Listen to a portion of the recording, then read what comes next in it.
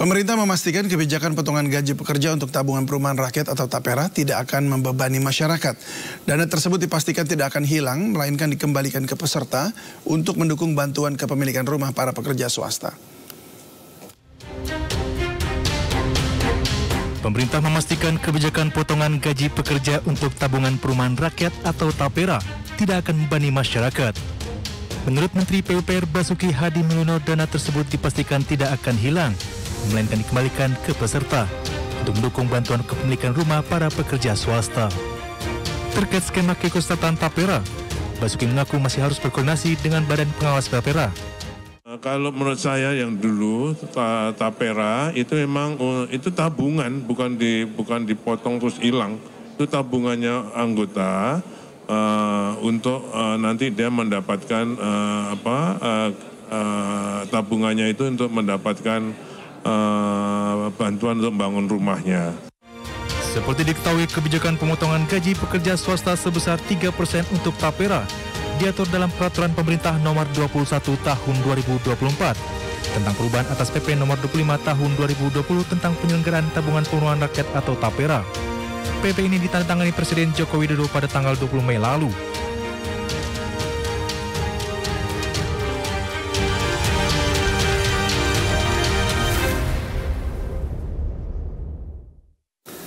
Presiden Joko Widodo menerbitkan aturan terbaru mengenai simpanan tabungan perumahan rakyat TAPERA yang langsung menuai polemik. Pro kontra tabungan perumahan rakyat masih terus bergulir. Mulai tahun 2027, pendapatan para ASN dan pekerja swasta terkena potongan sebesar 3%. Untuk mengetahui bagaimana penerapan kebijakan aturan mengenai simpanan TAPERA, kita telah terhubung dengan Wakil Ketua Bidang Ketenagakerjaan Apindo, Darwoto. Selamat sore, Pak Darwoto. Selamat sore. Ya, dan pengamat kebijakan publik Pak Trubus Rahardiansyah. Selamat sore Pak Trubus. Ya, selamat sore Mas. Sore, baik. Pak Darwoto. Selamat sore Pak Trubus. Selamat sore. Sebelum kita berbincang, BP TAPERA ini menyatakan penerapan pemotongan penghasilan untuk tabungan perumahan lebih disasar kepada pekerja yang belum memiliki rumah, khususnya yang berpenghasilan di bawah minimum. Kita dengarkan dulu apa yang disampaikan oleh Heru Pudio Nugroho, Komisioner BP TAPERA. Tahun 2016 tentang tabungan perumahan rakyat bahwa setiap pekerja dan pekerja mandiri yang telah memiliki penghasilan di atas penghasilan minimum, ya dalam hal ini mungkin UMPR atau UMP, wajib menjadi peserta TAPERA. Kenapa? Karena prinsip dari TAPERA itu adalah gotong royong gitu ya, di mana masyarakat yang sudah memiliki rumah ya menabung, ya kemudian tabungannya ini dikelola untuk sebagian hasil pemupukannya untuk membantu masyarakat yang belum memiliki rumah, dari yang masuk kriteria masyarakat berpenghasilan rendah tadi, agar bisa memiliki rumah yang layak dan terjangkau ya dengan tenor pembiayaan yang panjang dan bunga yang sangat murah gitu ya. Ya syaratnya ada beberapa ya. Yang pertama adalah tentu dia harus menjadi peserta TAPERA dulu ya, dan menabung ya minimum 12 bulan. Ya. Kemudian dia masuk kriteria masyarakat berpenghasilan rendah. Kalau sesuai ketentuan dari Kementerian PUPR, MPR itu adalah masyarakat yang ada di desil 1 sampai 8 atau penghasilan maksimalnya 8 juta. Baik, saya langsung ke Pak Darwoto dulu. Pak Darwoto, ini pengusaha katanya keberatan ya. Alasannya apa, Pak?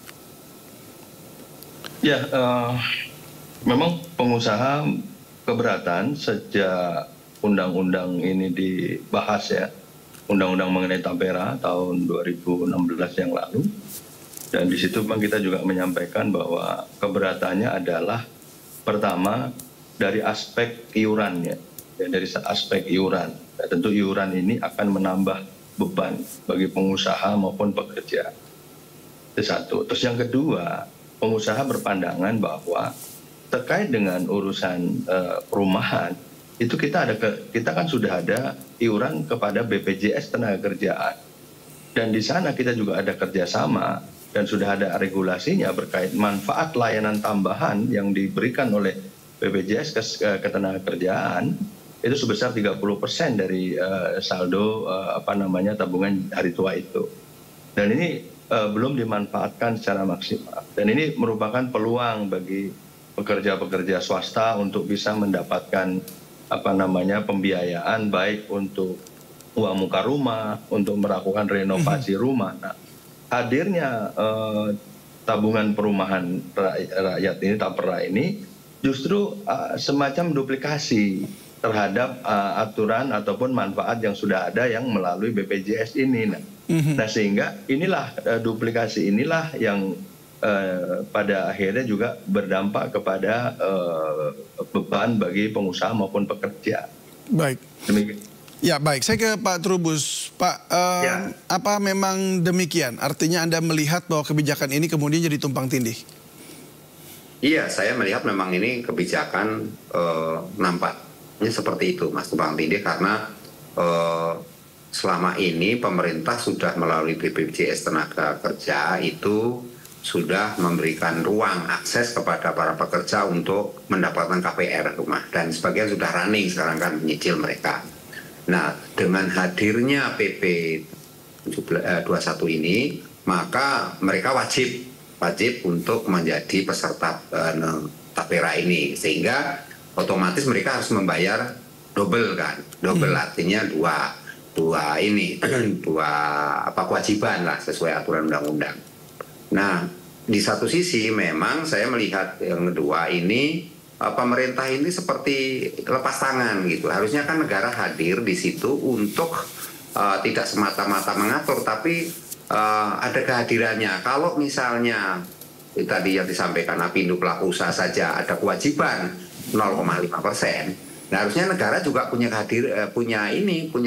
tanggung jawab pula di situ hadir misalnya gitu kan. Jadi dari 3% itu mungkin sama 0,5 atau 1% misalnya, atau 1% itu negara gitu memberikan subsidi di situ gitu loh. Nah, jadi tidak semuanya hanya diserahkan pada pekerja maupun pelaku usaha. Itu yang menurut saya memang lebih fair, artinya ada berkeadilan.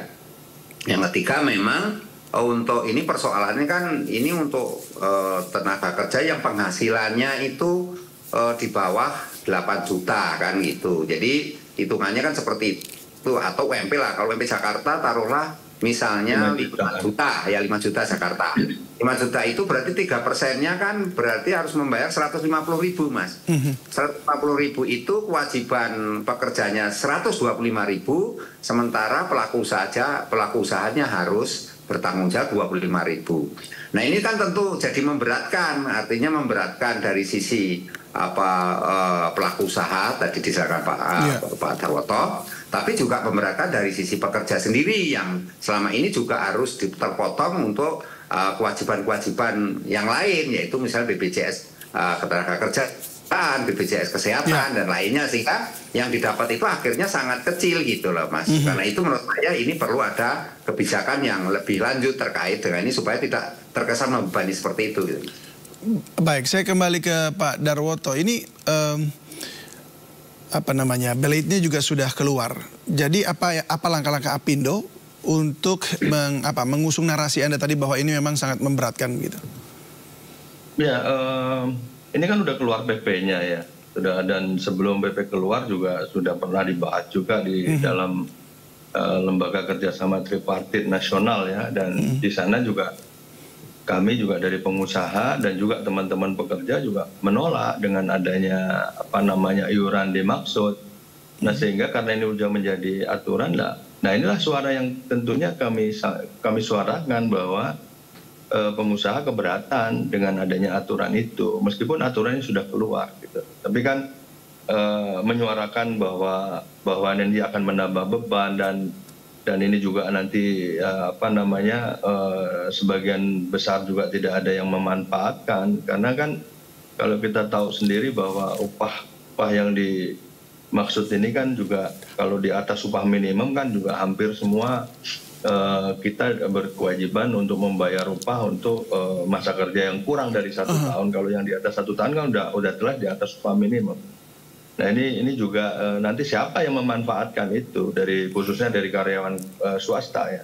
Baik. Nah, kalau kita lihat dari itu semua, berarti kan semua nggak tahu apakah pegawai pemerintah juga yang di level golongan bawah juga berarti kan semua juga belum masih di bawah upah minimum. Jadi kalau yang di swasta kan dituntut untuk yang di atas 1 tahun itu pasti di atas upah minimum. Nah, sehingga dari aspek manfaat ini juga manfaatnya boleh dikata nggak ada gitu.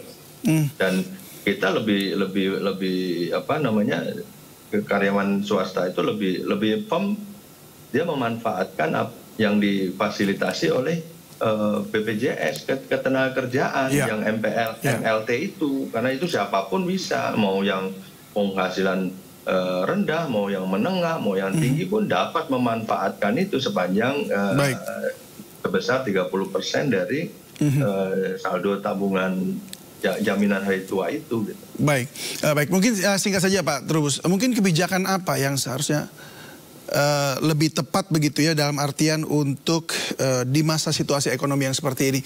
Memang ini tampaknya harus menjadi PR bagi pemerintah begitu ya. Namun sekali lagi mohon maaf, ini waktunya kita sudah terbatas sekali. Kami berterima kasih sudah hadir di Sido Sore pada sore hari ini. Pak Trubus terima kasih, dan Pak Doroto terima kasih. Salam sehat selalu.